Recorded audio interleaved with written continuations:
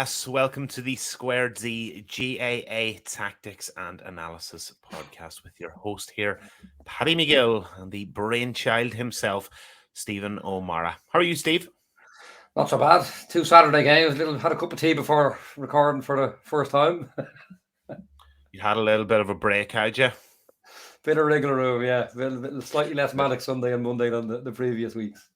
Yeah, so big shout out to all our new viewers. So if you're just maybe tuning in for the very first time, so Stephen and myself dissect two games that were broadcasted live over any given Saturday or Sunday, and we will try and cover as many teams as we can right throughout 2023. And Stephen's already touched on it. Saturday night, both games are our features this week. That's Derry hosting Dublin. Of course, Rory Gallagher's side running out 1 point winners, while Kieran McGinney's Armagh had a 13 points to 10 victory over Donegal's Donegal. And that Ulster Derby is in part two. That's the one we will be featuring in around 15 minutes time or so. But first, it's the inform Derry against Dublin. What did you make of this one, Stephen? Just, I suppose, before that, I saw you were tweeting like a mad thing at the weekend, so you were, but one that really caught my eye, you said Derry Dublin might have been the most efficient possession to shots ratio in the history of a single game. Are you being a little bit sensationalist here? According to the games I have on file, which obviously don't go back to 1884, no, I'm being very factual. I'm working on the assumption that the way the game has gone so possession-based post the Jim Gavin, during and post Jim Gavin era, that whatever's the highest in the last 5 years is the highest in the history of the game. I'm making a broad assumption there. But I did say the first half, and again, just to give a little bit of nuance, and this will be slightly thematic tonight. But if we look at this first half, so just to clarify that statement, and firstly to update that halftime, I didn't give James McCarthy credit for a goal shot because I thought he was on the end line and he couldn't actually possibly score. But after the game with the microscope out, he could have. So actually Dublin got off shots on 100% of phases in the first half, obviously ignoring the play before half-time with the final whistle. Dublin got off 100% and Derry got off 75%. Now, where that comes second to a game we'll discuss later on, which also involved Derry, Dublin's phase of possession, or Dublin's expected score per shot and shot conversion rate isn't that amazing. But you're looking at, 75% and 100%. It's a modern phenomenon, but within that, it's just incredibly high. It's Dublin. Somebody retweeted back out. The Dubs are back offensively at least. And, as I say, even with the expected score per shot of 51%, which is very I'll say Jim Gavin Dublin, the 100% shots makes up for that, and Derry 75%. But ultimately, as you'll see there, Derry shot horrendously. It was should have been, all things being equal, a draw game at half time. So explain how they're so efficient. Again, it's patience. And I think there was a little bit of an illusion about Dublin in their pomp that it was all out attacking football, and it wasn't really, because Dublin are athletically superior to everybody, massively so most teams, even Kerry during periods of their dominance, they're massively athletically superior. So they get phases where they attack at 100 miles an hour, and they do look for the first out ball as a kick pass if they can. But if it's not on, it's just so methodically patient. Just so methodically patient. And Derry are at the same thing, but I suppose I just illustrated this one to show again. And we see, obviously, both sides offensively are saying brilliant. Defensively, it's the flip side. And Derry were involved in the most efficient game in history, which we'll look at later on. But what I will say, I suppose, if this was basketball rules, shot clock, I'm going to say Armagh and Derry definitely have the best set of defences in the country. Mayo might be coming into that bracket as of this year, but from what I looked at last year. But when you've got time, and Dublin spent over 2 minutes on a number of phases there the last day, and Derry, similar kind of stuff. They just dragged the ball until Derry end up with too many bodies on one side of the field. And you'll see here, there's two sweepers. Then there's another man on the D. And by the time they get the ball across, I think this is Lee Gannon. He could run and kick it himself, 70%er, but he takes the higher percentage option. He just hands it to Conor Callahan to go by two lads and take a 95%er. But it's just patience and structure and process. And you can go into it more, but essentially it's just methodical basketball style. Patience, structures, width, height, loops, shields, but just not taking any risks until that shot is on. Okay. What was your? You said something to me before. Derry Donegal in last year's Ulster final, which was a stat that raised a few eyebrows. Yeah, well, look, we'll look at that when we come on to Donegal. I'm going to give you an outlandish assessment of that game. But ultimately, there is a theme here that Derry tend to be involved in these games that maybe aren't easy on the eye. That was easy on the eye because it was so exciting in the second half. But the first half, it was a fairly stale affair in terms of end-to-end play, bar a few kickouts. But it's Derry are becoming the standard bearer, maybe even more than Dublin. And the point to make there is, if we look back here, in the first half, just to go to our summary again, Derry's expected score was 7.6. They shot horrendously poorly, and it wasn't that they took low percentage shots. Like, their expected score per shot was 84%. That has a goal shot in there to bump those figures up. Shot conversion rate 22%. You look here, like, those squares are frees. So, like, look at 3 to 4 handy enough frees. Even by club level, you'd be tearing your hair out. It's just a bad day. It's random. They can kick those frees, just random. Goal shot in there in the circle. So they're there. And if you look at the expected score, essentially Derry won this game quite comfortably. They should have been level at half time and were completely dominant in the second half. So really, at this point in time, they appear, to a certain extent at least, to be the standard bearer for this. There was a perception that Rory Gallagher's side pressed high in the second half. Is that entirely correct? Funnily, at the end of the game, if you'd asked me, I would have said, yeah, they pressed more high, and a couple of people said that to me and heard it in a few places. And again, while of stats, you go through everything with a fine-tooth comb, and because perception can obviously be very flawed from reality, because there was one high press, high-ish turnover early in the second half. And that's what sinks in the memory. Yeah, do you remember there was that high press? They did really well.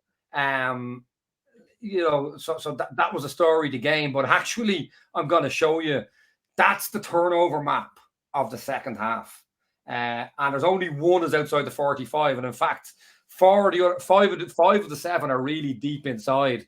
And again, that human perception, that one to tie her up, which was illustrated on the Sunday game, that just came off Dublin kick-out where Derry were trying to retreat, and Dublin sort of ran themselves into a trap, and Derry saw it and they pounced really well. But ultimately, there was a bit of randomness to one or two. One was a sideline off a kick-out, and they just hit a loose pass.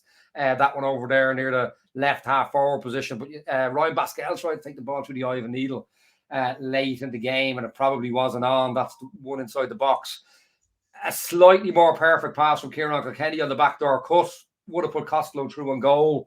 It was about 10 degrees off, and that's a really technically difficult pass that Kilkenny normally nails, but was just maybe 10, 12 degrees off the line. Costello needed. Costello fell in love with it. Probably should have recycled it. So they were far further back. Derry didn't really change their outlook in the second half, because I'd say they worked out that the stats were in their favour. And I suppose, but what was really brilliant, and I'm going to show you, if you see there's 2 over with a right wing and right down the corner on the second one, I'm going to show you this, and this I don't think is an accident. Now, maybe they decided, right, let's gamble a bit more on this in the second half. Or maybe they just saw the opportunities and pounced, and but this is brilliant. Look at Loughlin here, and note I've paused it while he's on that line. Now, we'll be talking about it in the Armagh Donegal game, and with certain teams like Derry and Armagh, you have to do it more because they're so well structured zonally that you have to really take the ball down the channel, bring it back out and get it across. But obviously the flip side is you could get trapped down there. And look at the trap that Derry set. And this is just 3 of their turnovers in the second half 3 of the 7 came off this, and this is top class. Watch how Loughlin is in the good defending position. Oh, you little bit of goal side of Mick Fitzsimons. But watch where he is now. He hasn't been outrun. Fitzsimons is carrying this at half pace. Loughlin, whether he'd have done it, would he have done it if it was Conor Callahan or Cormac Costello? Probably not. But I give him the credit here. He spotted. That's a cornerback. And he doesn't really want to go down that narrow channel and have to beat somebody. So he's actually letting him beat him, but actually just snaring him down what hockey calls fake space. It's the term I use all the time as a coach now. And Conor Glass sees it. Watch him sniffing blood from behind. And he's in the back door. And Fitzsimons has turned over. McKinnis made a brilliant one all on his own. Saw Pascal go down the corner in the second half. And the one at injury time again was Fitzsimons and Davy Byrne. And again, the Derry boys looking 2 cornerbacks. I like to look at this in pounce. And they made a turnover. Okay, fair enough. So, right, I want you to put my mind at ease now. I have a long-term accumulator done, and one of the teams in there is Dublin to win the All-Ireland, that I got at 2-1. I think they've won out now to 9-4. What I want to know is, can they... I was thinking they were going to take this little... They had their little sabbatical. Tyrone won the All-Ireland. Kerry won it last year. Can Dublin, in your opinion, get back to what they were in their pomp under Jim Gavin? In the current sphere, looking at the quality that's retired in the last 2 or 3 years, I would say not in the next couple of years, because it's just incredible quality. So it's also, and look, Desi Farrell probably took the toughest job in history. It's the David Moyes job. You know, you go in on top of a living legend, and it was just so meticulous. It was, first thing I spotted at Dublin's first National League game post Jim Gavin was lads hitting mad shots. A few newbies, but a few established players that knew they'd be dropped for doing that under Jim Gavin. And I just see that creeping in. And even within that 100% shot ratio in the first half, the expected score, even with a goal shot thrown in, it's still only 51% per shot. Take that goal shot out, that's probably 45%. So I just think that military structural efficiency is reducing every year. And I see those wayward shots. I see, and look, we've all got a bit of a capacity for it, but I see little bits of self-indulgence here and there that just weren't accepted in the Jim Gavin era, have crept in 1 or 2 corners. And I think that's an issue. Second one jumped out at me. And look, Dublin ultimately won most of their kickouts, but it was a factor in the second half that Derry turned over a couple. But I saw Dublin do a cluster kickout. And I remember with Donegal, or with Galway in 2018 in the league final and the All-Ireland semi-final. When Dublin did the cluster, you just couldn't stop them. It was so efficient. I could go into great detail on it. I won't, because it's one of my coaching fortes and I don't really want to share it. So I've got to give the bluffy lie that it was really highly structured and brilliantly done. All sorts of runs of very specific nature. I saw the cluster on the 15th minute and it was just so watery. It was just like 2 lads made kind of half-arsed straight line runs. They were followed. Next thing there's nothing on and you're banging it long. It was a single occurrence, but I don't think it would have happened in their heyday. Just little efficiencies there. Ultimately, I would still come back to the point that Kevin McStay made in his wisdom in 2009 when everybody said Dublin were going to beat Kerry, except for myself, who had seen Dublin batter Leinster teams for years and lose to the top 6. And Kevin McStay made the point, when push comes to shove, the best footballers win football matches, and Kerry have the better footballers here, and they were won by, was it 17 or 20? It's by 17 points. Dublin still have the players. They'll be thereabouts. But definitely, yeah, 9-4 probably sounds about right. Okay. Fair enough. This might be too simplistic, but I suppose in a way, it's an easy comparison to make. Donegal, Jim McGuinness, Rory Gallagher, 2011. Won Ulster, made it to the penultimate stage. Lost to Dublin in that infamous 8-6 game. Okay. Last year, we know Derry won Ulster, made it to the semi-finals. Similar. Under Rory Gallagher. 2 Ulster teams, but we have the same. I suppose one of the protagonists of 2011-12 is Rory Gallagher, and he's here now with Derry. Can Derry, in your opinion, go the whole way? Would you be surprised if they win the All-Ireland? Or come a little bit look, they're still an outsider, and it's still... Dublin in Division 2 they've beaten, which is Dublin not putting out their best teams. McCaffrey didn't come on. Howard only came on late on. Mannion's not back. So that's still the team they've beat. It's still a Division 2 league game. They still didn't get promoted last year. Galway gave them a proper beating in the league, and Roscommon beat them, albeit controversially. So it's not like they're blowing away teams like that. I wouldn't write off that they could do it, but I would still expect they'd be underdogs come championship. Certainly against Kerry and Galway, maybe Mayo, Dublin. Yeah, I still think they're not out and out favoured, but I wouldn't say it's beyond reason. Okay, fair enough. I think that's it. Any final thoughts on that one, Stephen, before we move on? No, that's more or less it. We'll be touching back on Derry on their first piece when we look at Donegal. Yeah, exactly. You mentioned Donegal, so we're going to switch divisions now and go from 2 to 1. So on Saturday nights in the Athletic Grounds in Armagh, it finished Armagh 13 points, Donegal at 10. In the other games yesterday, Mayo won 16, Roscommon 11, Galway won 13, Monaghan 10 points, and at O'Neill's, Healy Park and Omagh, Tyrone 1-15, Kerry 2 goals and 9 points. Okay, so I've been to all the Donegal games this year, apart from the Galway game. What was it, 8-9 days ago, whatever it was. And the general narrative, I think, coming out from Donegal supporters, maybe coaches in Donegal, you're, I suppose, going with the contrary. Defense rather.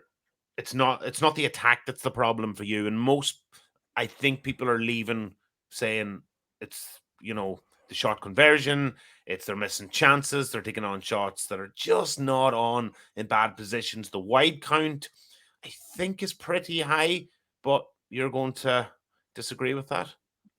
As we'll see, the taking on poor shots, I definitely don't disagree with that from the weekend, as we're going to see. But to go back, and again, why I love stats and analysis, it gives you a chance to, divulge into human perception that's flawed.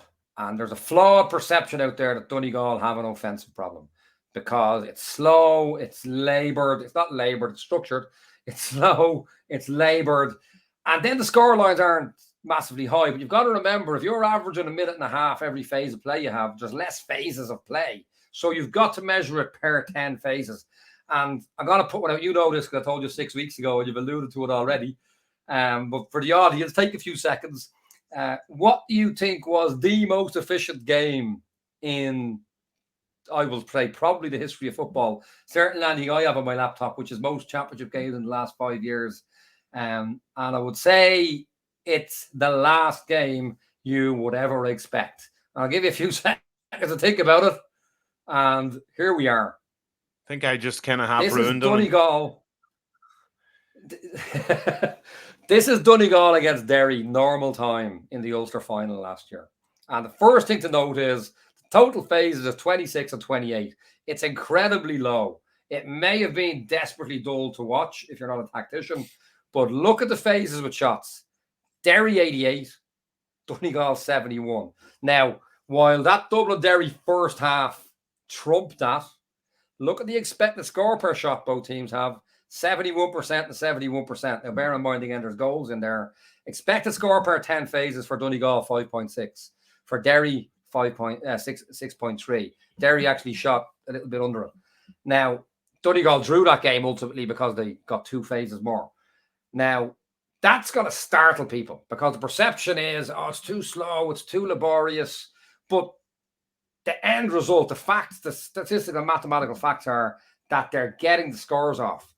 The issue is that defensively, and just to give a context, when Jim Gavin's Dublin started being as good as they were, for me, the gold standard became 70% phases turned into shots and 70% shots turned into scores. And if there's no goal shots, just to keep the maths easy, that's 0.7 multiplied by 0.7. That's 4.9 scores per 10 phases. That would have been a gold standard. 5 years ago would have won you almost any match. That was back when 3.3 per 10 phase was about county average. I have to update. I reckon the inter-county now is somewhere between 4 and 4.2. I could be at Division 1. I could be understating that.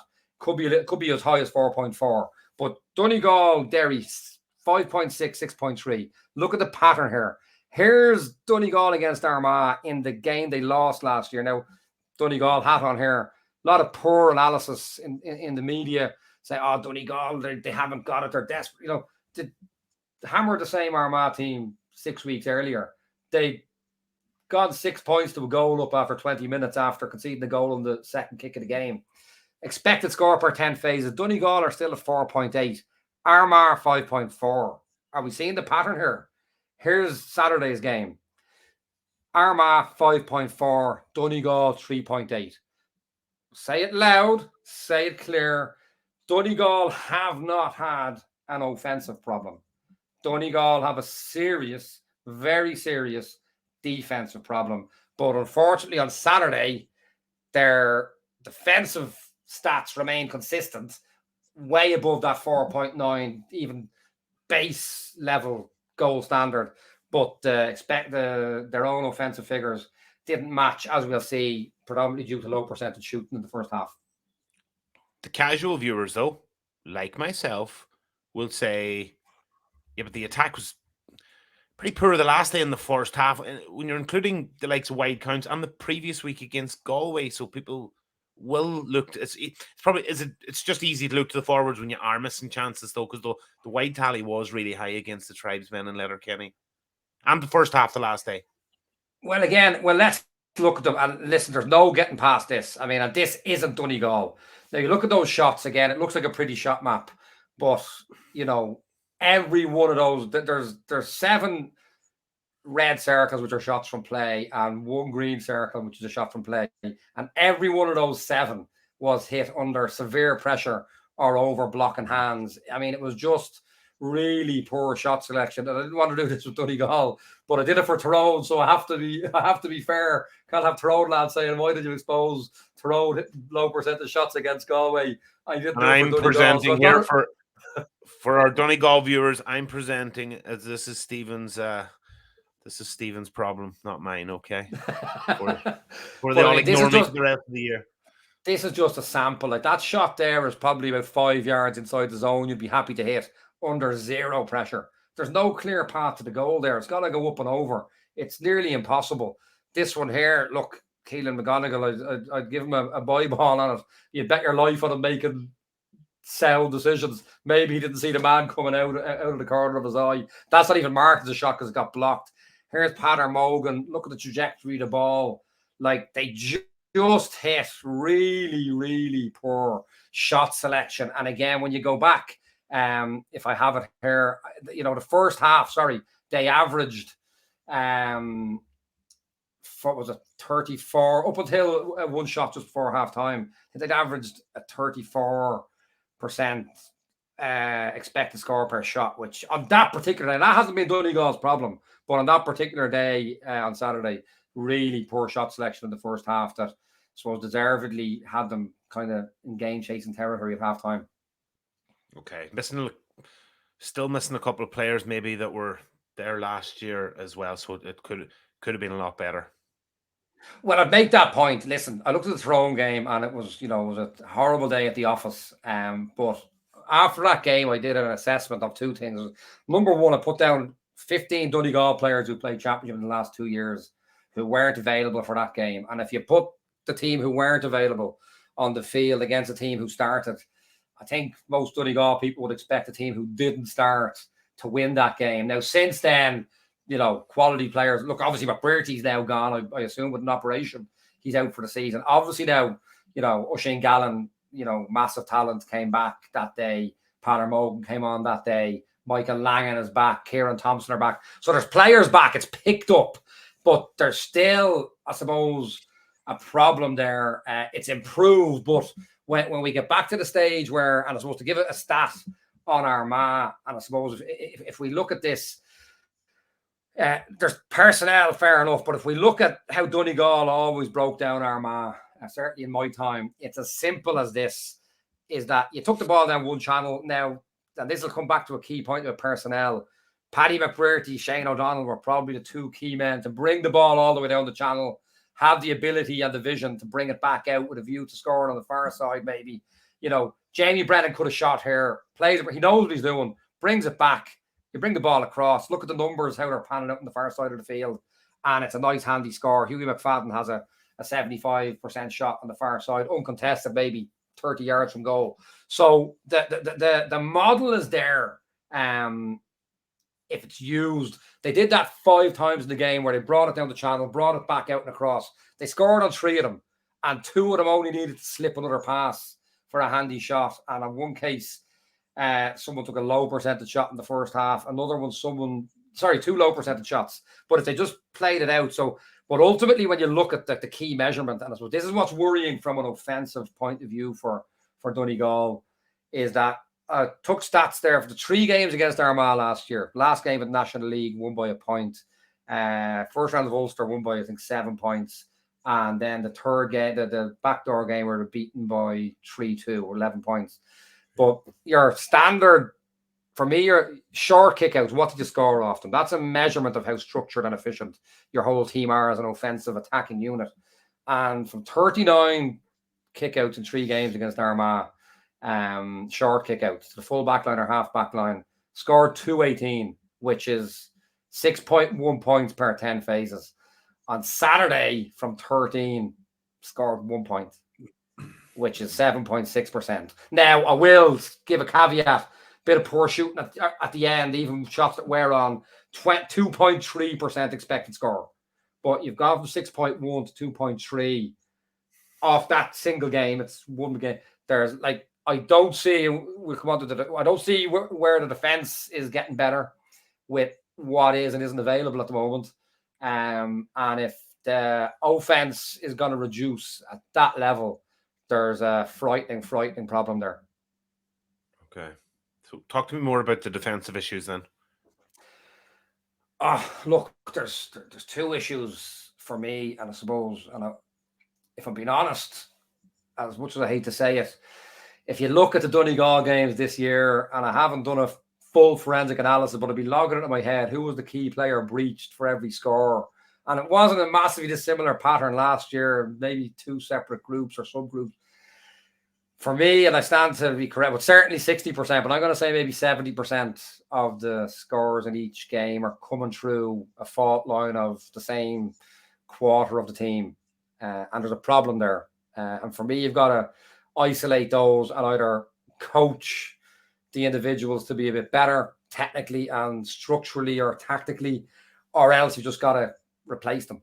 And I suppose, but the problem at the moment is you're only replacing them with Garsoons if you do, because the panel is, people talk about Kerry bringing their reserve team to Ballybough for the first game. But if you look at the Donegal team that took the field that day, if you showed me that team last year, that's no disrespect to anybody, some of these guys could turn into fabulous players, but they're all, a lot of new fish, lads that weren't established. It looked more like a McKenna Cup team. So there's a problem there in personnel, and I suppose I'm gonna elaborate slightly on this. But I just gotta look at one score, and I suppose I've deliberately picked this one out because I suppose I'm pointing the finger at Jason McGee, and he's absolutely not in that group of guys who are generally at I suppose the front line breaches realistically. But if we look at this, I have a big coaching philosophy in Gaelic football, that it's just far too easy for too many defenses to just concede a shot without anybody. Hand the ball across, and you get a shot off. That shouldn't be happening anymore. And there's no way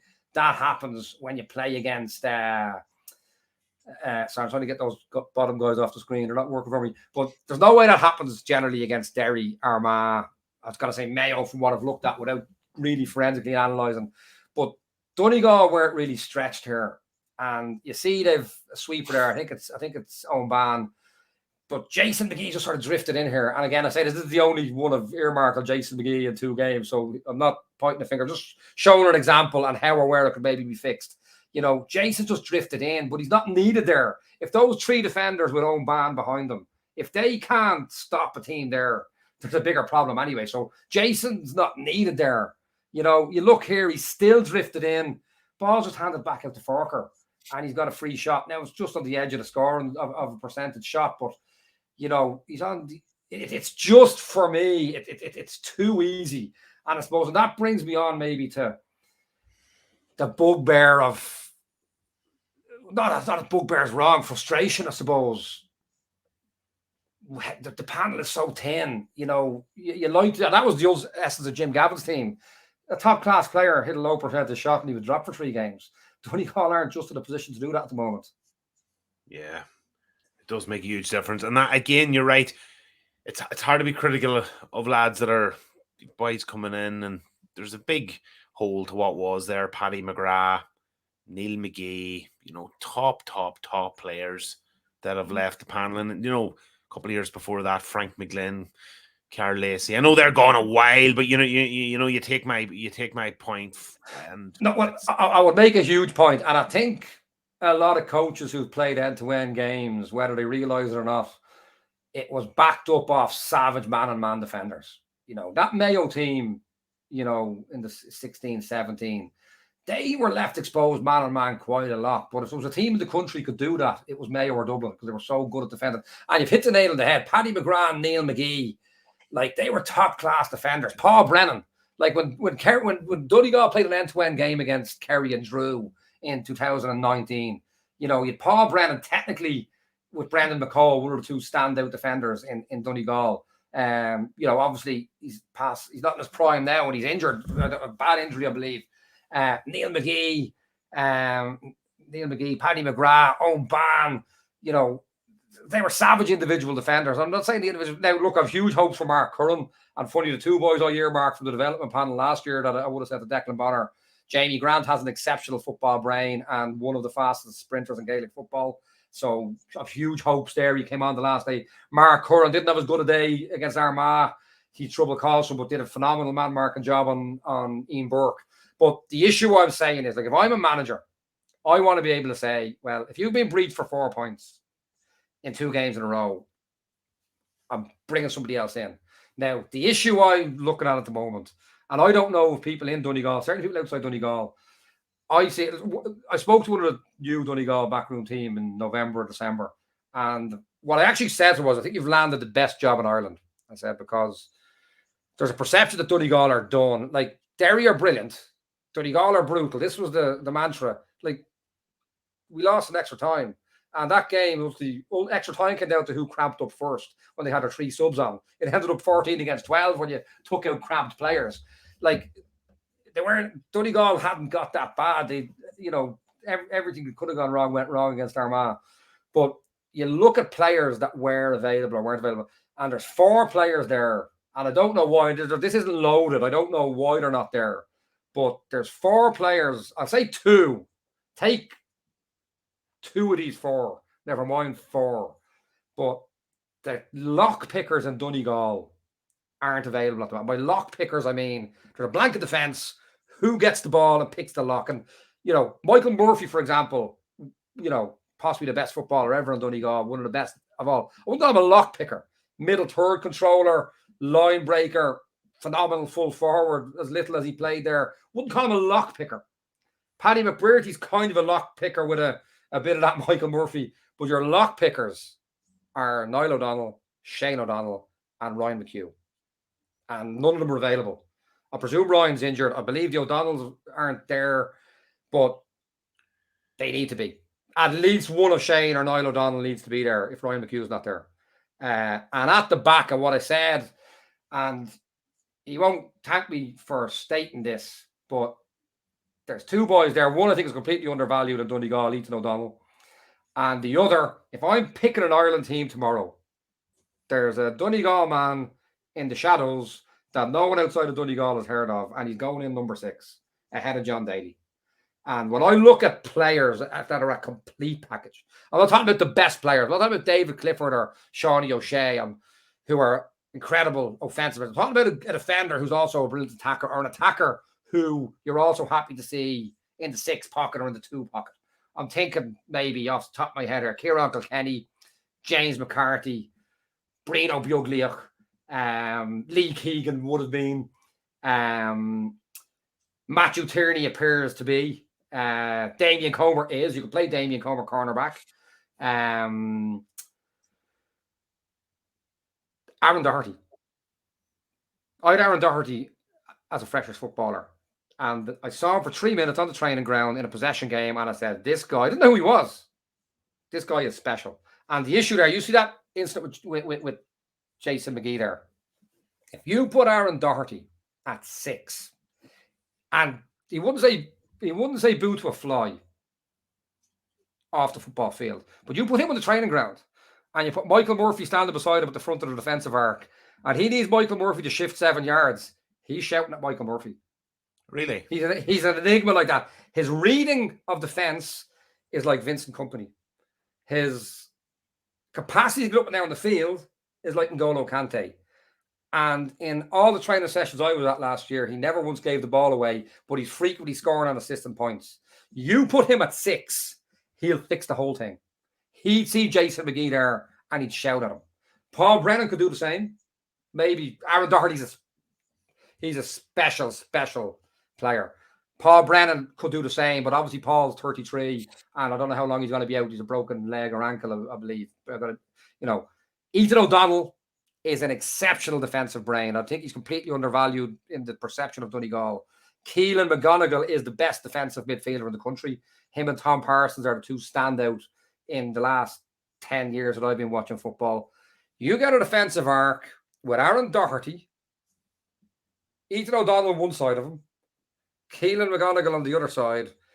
All of a sudden, what is statistically a defensive disaster, looking at the numbers, I think could be fixed like that. You mightn't even have to do anything new tactically, anything new forensically. Just put Aaron Doherty, put him at 6 or put him at 8, drop it to 6, and let Stevie Mack or whoever's at 6 drop back into the hole. The solution is there, but I'm telling you now, if you got Shane O'Donnell or Niall O'Donnell in at 11 or 10 next week and Aaron Doherty in at 6, this can, in my opinion, can turn like that. Okay, fair enough. So that's it for this week's edition of the Sqaure GAA Tactics and Analysis podcast. Of course, there's a break in the National Football League next week, but the week after, which is St. Patrick's weekend, we'll be back on the Monday. I think that's around the 20th of March, give or take. So from Stephen O'Mara and myself, Paddy McGill, we will talk to you in 2 weeks. Bye for now. Stay safe and talk then.